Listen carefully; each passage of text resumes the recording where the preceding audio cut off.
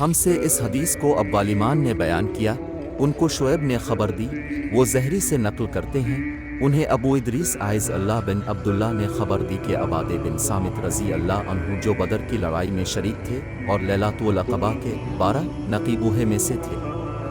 فرماتے ہیں کہ رسول اللہ صلی اللہ علیہ وسلم نے اس وقت جب آپ کے گرد صحابہ کی ایک جماعت بیٹھی ہوئی تھی فرمایا کہ مجھ سے بیعت کرو اس بات پر کہ اللہ کے ساتھ کسی کو شریک نہ کرو گے، چوری نہ کرو گے، زنا نہ کرو گے، اپنی اولاد کو قتل نہ کرو گے اور ناعمد نہ کسی پر کوئی ناحق بہتان باندھو گے اور کسی بھی اچھی بات میں اللہ کی نافرمانی نہ کرو گے۔ جو کوئی تم میں اس عہد کو پورا کرے گا تو اس کا ثواب اللہ کے ذمے ہے، اور جو کوئی ان بری باتوں میں سے کسی کا ارتکاب کرے اور اسے دنیا میں اسلامی قانون کے تحت سزا دے دی گئی تو یہ سزا اس کے گناہوں کے لیے بدلہ ہو جائے گی، اور جو کوئی ان میں سے کسی بات میں مبتلا ہو گیا اور اللہ نے اس کے گناہ کو چھپا لیا تو پھر اس کا معاملہ اللہ کے حوالہ ہے، اگر چاہے معاف کرے اور اگر چاہے سزا دے دے۔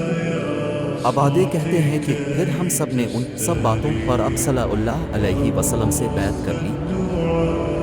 ہم سے اس حدیث کو عبداللہ بن مسلمہ نے بیان کیا، انہوں نے اسے مالک رحمہ اللہ سے نقل کیا، انہوں نے عبد الرحمن بن عبداللہ بن ابی سسیہ سے، انہوں نے اپنے باپ عبداللہ رحمہ اللہ سے، وہ ابو سعید خدری سے نقل کرتے ہیں کہ رسول اللہ صلی اللہ علیہ وسلم نے فرمایا وہ وقت قریب ہے جب مسلمان کا سب سے یہ عمدہ مال اس کی بکریاں ہوں گی،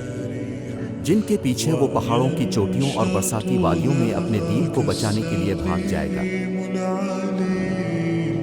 وقد كان